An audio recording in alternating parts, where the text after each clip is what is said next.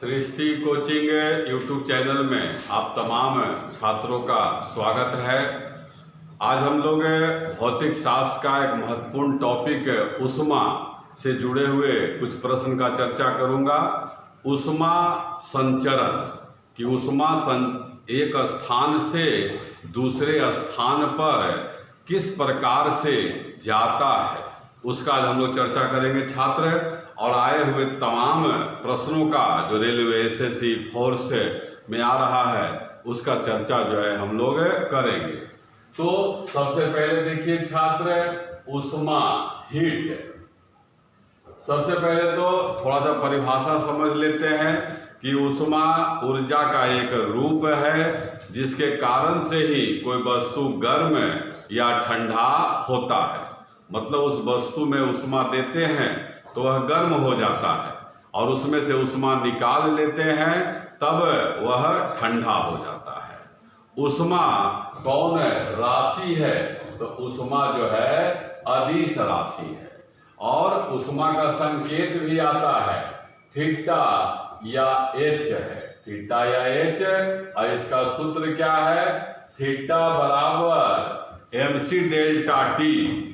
m द्रव्यमान है, c विशिष्ट ऊष्मा है और डेल्टा टी तापांतर, तापमान में अंतर है। तो आप समझ गए कि ऊष्मा के कारण ही कोई वस्तु गर्म या ठंडा होता है। अब ऊष्मा एक स्थान से दूसरे स्थान तक, जैसे सूर्य का ऊष्मा है वो पृथ्वी पर आता है। आप कोई बर्तन में खाना बनाते हैं तो बर्तन जो है ठंडा से गर्म होता है। कोई ठोस है, द्रव है, गैस है, वह किस तरह से, किस प्रकार से गर्म होता है तो उसे ऊष्मा संचरण की, ऊष्मा एक जगह से दूसरे जगह पर कितने प्रकार से जाता है तब आपको यहाँ याद रखना है छात्र। चालन, संवहन और विकिरण। चालन कंडक्शन, संवहन कन्वेक्शन और रेडिएशन।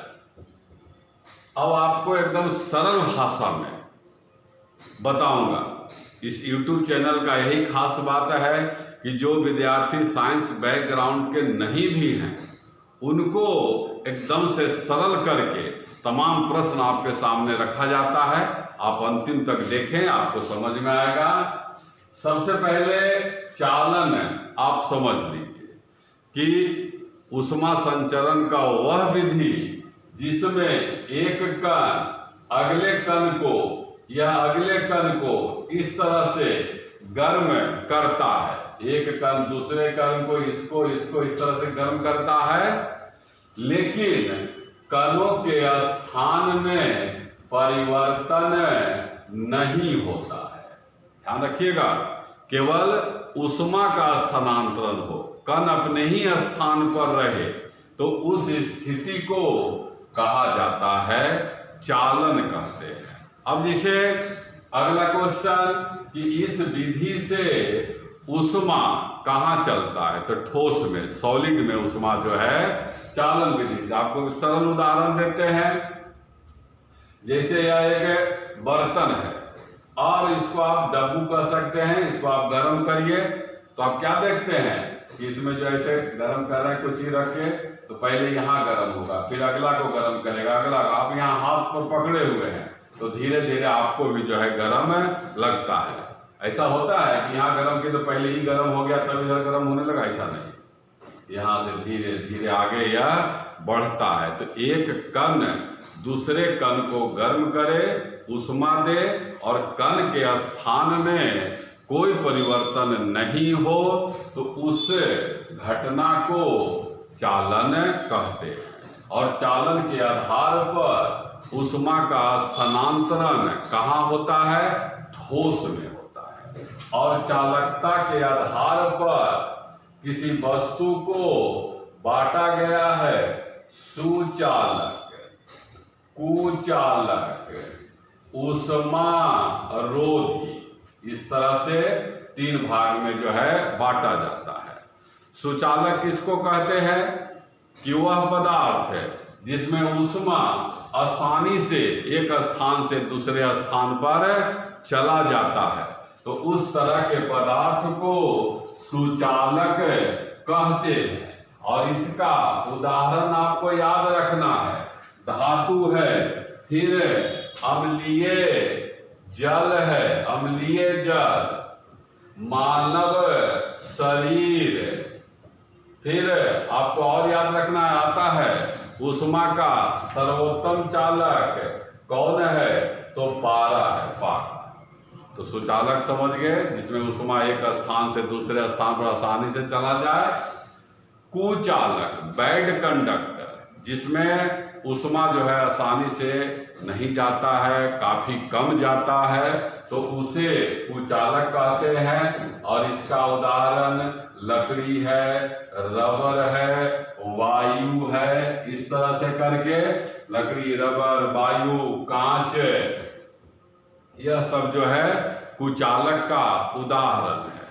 अब देखिए ये वायु पर आधारित कुछ क्वेश्चन आते रहता है, क्योंकि फिजिक्स में बराबर आपको कह रहे हैं कोई भी एग्जाम हो उसमें उदाहरण पर आधारित प्रश्न अधिक आता है। तो अब जैसे आता है कि कोई व्यक्ति अगर 2 शर्ट पहन ले, कमीज पहन ले, 2 कमीज पहन ले, तो उसको ठंडा कम लगता है। तो उसका कारण क्या होता है कि एक कमीज पहना, उसके ऊपर दूसरा कमीज, और दोनों कमीज के बीच में हवा होता है। तो हवा क्या करता है, बाहर के ठंडक को अंदर नहीं जाने देता है और शरीर के गर्मी को बाहर निकलने नहीं देता है। इसके कारण से ही अगर कोई व्यक्ति 2 कमीज पहनता है तो उन दोनों कमीज के मध्य में जो हवा है वह ऊष्मा को बाहर नहीं जाने देता है, शरीर का तापमान बना रहता है, तो गर्मी लगेगा। यही बात ऊन के लिए है। ऊन का स्वेटर आप पहनते हैं तो ऊन में भी क्या होता है, थोड़ा सा रहता है मोटा जैसा, उसके बीच में हवा रहता है और इसके कारण जो है आपको गर्मी का अनुभव होता है। फिर है ऊष्मारोधी, कि वह पदार्थ जिससे बिल्कुल ऊष्मा का स्थानांतरण नहीं हो, उस तरह के पदार्थ को ऊष्मारोधी कहते हैं। और इसका उदाहरण भी आपको ध्यान रखना है, एस्बेस्टस, एबोनाइट, यह आपका हो गया सुचालक, कुचालक और ऊष्मारोधी। चालन आप बढ़िया तरह से समझ गए हैं छात्र, कि जिसमें कण का स्थानांतरण नहीं हो, केवल ऊष्मा का स्थानांतरण हो। फिर उसके बाद अगला ये संवहन, कन्वेक्शन, एकदम चित्र बनाकर उदाहरण देकर आपको स्पष्ट किया जाता है। संवहन कन्वेक्शन क्या कहता है कि अब उदाहरण लिख देते हैं। जैसे मान लीजिए कोई बर्तन है, इस बर्तन में आप पानी को जो है गर्म कर रहे हैं, पानी गर्म कर रहे हैं। आप घर में भी देखिएगा इस तरह का उदाहरण। तो जब गर्म होता है तो कण जो है, नीचे वाला कण गर्म होकर ऊपर जाता है और ऊपर का ठंडा कण नीचे आता है। पानी आप गर्म करते हैं देखते हैं बुलबुला निकलता है, यही बुलबुला है जो नीचे से ऊपर जा रहा है और ऊपर से ठंडा नीचे आ रहा है। तो इन दोनों में अंतर ध्यान रखिएगा। यहाँ कण अपने ही स्थान पर है और यहाँ कण का अपना स्थान परिवर्तन हो जा रहा है। मतलब कणों का स्थानांतरण के द्वारा जब ऊष्मा एक स्थान से दूसरे स्थान तक जाए तो उसे कहा जाता है संवहन। अंतर ध्यान रखना है, बार बार कह रहे हैं। फिर चालन विधि से ऊष्मा कहाँ, ठोस में, जबकि संवहन विधि से ऊष्मा का स्थानांतरण कहाँ होता है, द्रव और गैस में। द्रव और गैस में संवहन विधि से। सीधा आपको परीक्षा में क्वेश्चन मिलेगा, क्योंकि हम लोग सीधा क्वेश्चन का चर्चा करते हैं, कोई आलतू फालतू बात नहीं। आता है कि वायुमंडल किस विधि से गर्म होता है, तो वायुमंडल जो है गर्म होता है संवहन विधि से। संवहन विधि से ही ठंडा होता है फ्रिज, और फ्रिज के लिए 2-3 क्वेश्चन आपको याद रखना है कि फ्रिज को ठंडा करने के लिए कौन सा अक्रिय गैस प्रयोग किया जाता है, तब जो है आंसर नियोन होता है। नियोन फ्रिज को ठंडा करने के लिए अक्रिय गैस है नियोन, उसका प्रयोग किया जाता है। फिर आता है कि अगर फ्रिज के दरवाजा को खुला छोड़ दिया जाए तो कमरे का तापमान क्या होता है, बढ़ जाता है। फिर एक कंसेप्ट वाला क्वेश्चन कि जो ये फ्रिज है, फ्रिज, इसमें फ्रीजर जो होता है बर्फ जमाने वाला, वह हमेशा ऊपर होता है, क्यों? तो आप ग्राफ में क्लियर समझिए।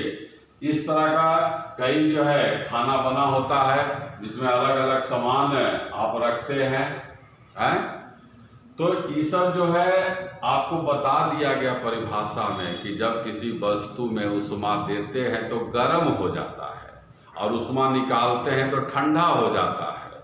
जैसे आप चाय को रखते हैं पीने के लिए, कभी कभी ध्यान नहीं रहा चाय ठंडा हो गया। क्यों ठंडा हो जाता है? क्योंकि चाय का उष्मा जो है वायुमंडल में चला जाता है। तो यहाँ भी जो वस्तु रखा गया है इसमें से उष्मा निकलता है, गर्म हवा हल्का होता है और हल्का होकर ऊपर जाता है। जो फ्रीजर है इसका नीचे वाला भाग बहुत ठंडा रहता है, बहुत ठंडा। तो ये जो गर्म हवा ऊपर गया तो फ्रीजर के संपर्क में आने से वो गर्म हवा ठंडा हो जाता है और ठंडा होकर फिर जो है नीचे वापस आ जाता है। तो इस तरह से फ्रिज ठंडा होता है। संवहन विधि से जो बल्ब होता है, बल्ब देखें, इस बल्ब से टंगस्टन होता है, तंतु जो फिलामेंट बना होता है आता है, फिलामेंट क्या चीज का बना होता है? तो आंसर होता है टंगस्टन का, टंगस्टन का। अब यहाँ समझिए कि विद्युत प्रवाह यहाँ हो रहा है, लेकिन आप इस कांच को आप स्पर्श करते हैं तो आपको यहाँ पर जो है गर्म लगता है। तो यहाँ का तापमान, यहाँ उष्मा कैसे आ जाता है? तो संवहन विधि से आता है। आता है क्वेश्चन एक और टंगस्टन के लिए कि टंगस्टन का प्रयोग क्यों किया जाता है, दूसरे धातु का क्यों नहीं किया जाता? तो इसलिए सीधा क्वेश्चन है कि सबसे अधिक गलनांक किस धातु का है, पदार्थ का है? तो सबसे अधिक गलनांक जो है टंगस्टन का होता है। इसीलिए फिलामेंट में टंगस्टन का प्रयोग किया जाता है।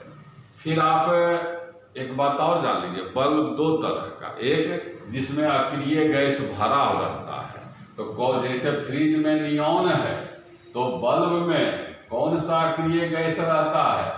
आर्गन। बल्ब में आर्गन रहता है। और कुछ ऐसा भी बल्ब होता है जो निर्वातित होता है, अंदर में कोई गैस नहीं रहता है। तो उस बल्ब में उष्मा कैसे चलता है? तो उस बल्ब में उष्मा जो है विकिरण विधि से चलता है। फिर आप हर एक लोग का घर जो होता है उसमें छत के पास जो है वेंटिलेटर, जिसको रोशनदान कहते हैं, किसी का घर देखें जिसमें वेंटिलेटर नीचे में हो, सबका ऊपर में ही रहता है। क्यों रहता है? क्योंकि नीचे का जो गर्म हवा है कमरे का वो हल्का होकर ऊपर जाता है और ऊपर होकर ही वेंटिलेटर से जो है बाहर निकल जाता है। और यही वेंटिलेटर अगर नीचे कर दिया जाए यहाँ पर जमीन पर, तो क्या होगा? गर्म हवा ऊपर जाके ऊपर में ही बैठा रह जाएगा। तो इसीलिए हमेशा वेंटिलेटर जो है रहता है कहाँ? छत के निकट रहता है। आपने चालन देखा, संवहन देखा, ऊर्जा संचरण हम लोग कर रहे हैं, और तीसरा जो महत्वपूर्ण है रेडिएशन, विकिरण, कि वह विधि जिसमें उष्मा बिना माध्यम के एक स्थान से दूसरे स्थान पर जाता है। यहाँ पर अंतर है कि कण का स्थानांतरण नहीं हो रहा है, कण का स्थानांतरण हो रहा है, लेकिन एक समानता है, दोनों में कण है, दोनों में माध्यम है। लेकिन यहाँ क्या है? जब बिना माध्यम के ऊर्जा, उष्मा एक स्थान से दूसरे स्थान पर जाए तो उस तरीका को क्या कहा जाता है? विकिरण कहते हैं, विकिरण। और फिर अब उदाहरण से समझिए, जैसे यहाँ आपने देखा वायुमंडल किस विधि से गर्म होता है, रट लेना है संवहन विधि से। उसी तरह से आता है कि सूर्य का उष्मा पृथ्वी पर किस विधि से आता है, तो आंसर होता है विकिरण विधि से। अब जैसे देखिए, समझ लीजिए ग्राफ के माध्यम से, पृथ्वी और वायुमंडल का ऊंचाई कितना है, पृथ्वी और वायुमंडल का ऊंचाई 1600 किलोमीटर है, 1600 किलोमीटर तक है। फिर आता है पृथ्वी और सूर्य के बीच का दूरी, यहां से सूर्य के बीच का दूरी कितना है, तब आंसर होता है 15 करोड़ किलोमीटर, 15 करोड़ किलोमीटर है। आपको पता है वायुमंडल धूल कण जल वाष्प गैसों का मिश्रण है, तो यही तक धूल कण जल वाष्प है, और इस 1600 किलोमीटर से लेके यहाँ तक कोई जल वाष्प कण नहीं, कोई माध्यम नहीं है।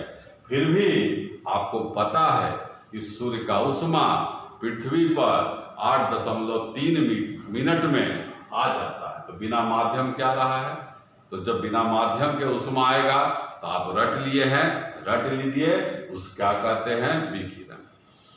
अब आता है एक और क्वेश्चन कि तीनों चॉइस दे देगा, चालन, संवहन, विकिरण, कि किस विधि से उष्मा सबसे तेज गति से चलता है। तो सबसे तेज गति से उष्मा चलता है, उस विधि का नाम है विकिरण।